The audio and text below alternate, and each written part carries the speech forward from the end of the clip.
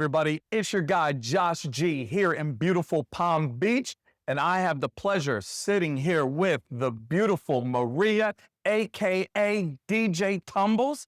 Maria, how are you doing today? I'm good. How are you? Fantastic. Thank you for coming on the podcast. I really appreciate it. Thank you. So tell me a little bit more about yourself, because me doom scrolling the other night on TikTok, okay? Yeah. Yes, I saw, I guess, a stat or whatever that said they did a new survey that now everybody, the number one dream job right now is being a DJ. I know. Yeah. So you want to tell us more about that? Is it the dream job? Because you've been a DJ very successfully, obviously. So DJing, where do we start? Yes, number one dream job. The funny thing is I also feel like everybody's an expert on DJing too. You got to see the people on the internet.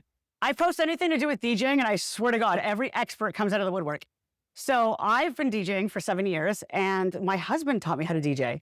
He used to DJ for over 30 years, Philadelphia radio, all over the country. And during COVID, I was losing my mind and I'm like, teach me how to DJ.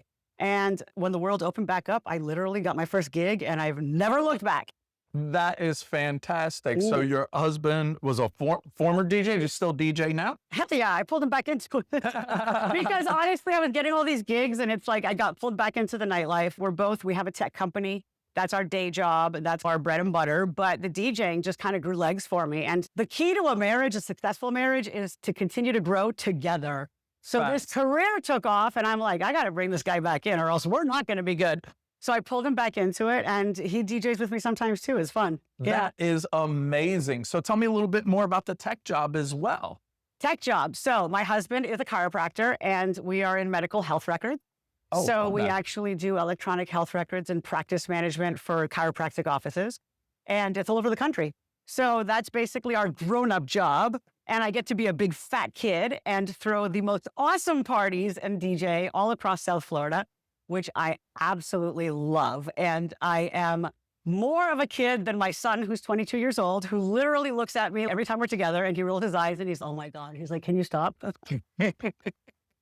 I want more because I want to know more about this because this sounds so exciting. And I wish I could DJ. I'm just the guy in the crowd feeling the vibes. Yeah. Because with DJ, they can either make a party happen or they could kill it deader than dead, right? Absolutely. So tell me, where was the best place you ever DJ? What was the best party that you got in front of and made that crowd move? Oh gosh, listen, there's so many memorable events. I think honestly, pretty much every time I've played, whenever I get like amazing feedback and the energy back from the crowd, that for me fills my heart. I've played on cruises where there's been 7,000 people and I've been on the 15th floor deck and the stars were above us and I played an all-night rave, 7 p.m. to 7 a.m. and the sun came up and that was fantastic. I've played in nightclubs. I've played at Dare at the Hard Rock Hotel. I've opened for Paul Oakenfold. I recently opened for somebody out of Italy, like Ali Bastiano.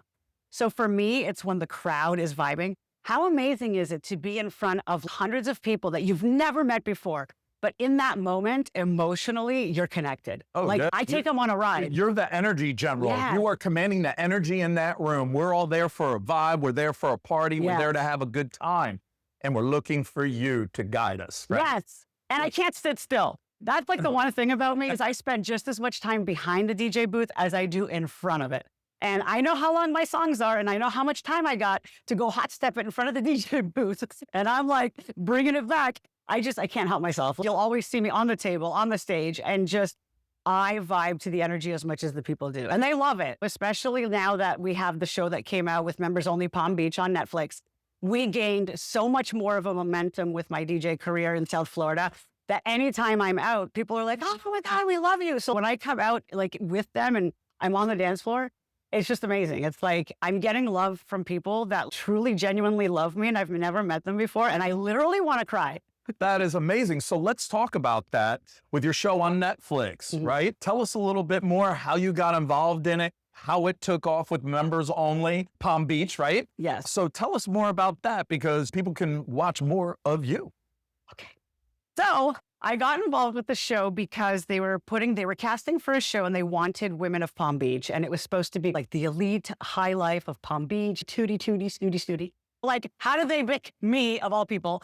I happened to be somebody who DJ'd at Mar-a-Lago at the time, and I do a lot of charity events. So I DJ at all the country clubs. These women are the ones that come in through the front door and they're all like high society, wonderful Palm Beach ladies. And here's this bitch comes in through the back door. And I'm like, the funny thing is like people look at me sometimes and she's just a DJ. Meanwhile, I'm like, I have just as much clout, just as much to be able to sit at the table, but I'm the one who prefers to be at the DJ table. And I look over the entire room, I bring the energy. So that's how I kind of got into the show is they loved that they were like, she comes in through the front door, she comes in through the back door. And I brought a bit of that wild card energy. So they had the socialites and then they had the rebel socialite. Exactly. I said, so they did a great job of finding their wild card. Yeah. Absolutely. Yeah. And then tell me more about your involvement with Swim Week of the Palm Beaches. So that too came my way around the same time that all this wonderful energy was coming my way and I was getting all these great opportunities. And it was the very first year that they were putting together the Palm Beach Swim Week.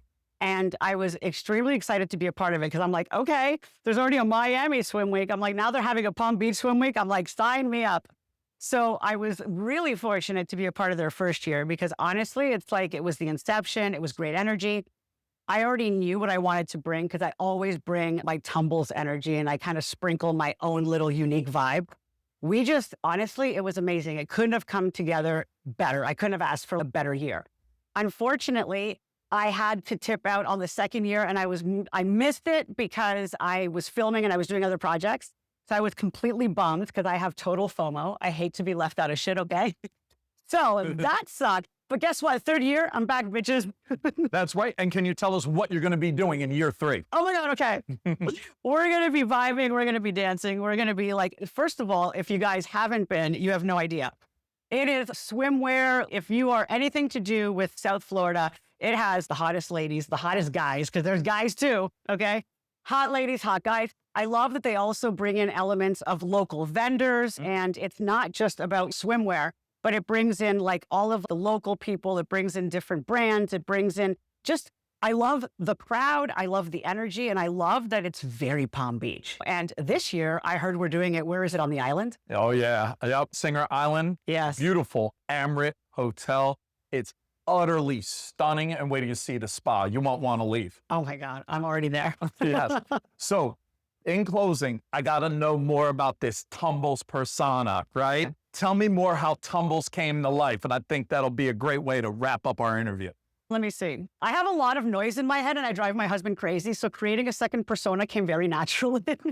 Tumbles is an extension of all the things that I'm normally not allowed to do in my everyday life. But when you create a second character, then she can get away with it because you can blame it on her and you didn't really do it.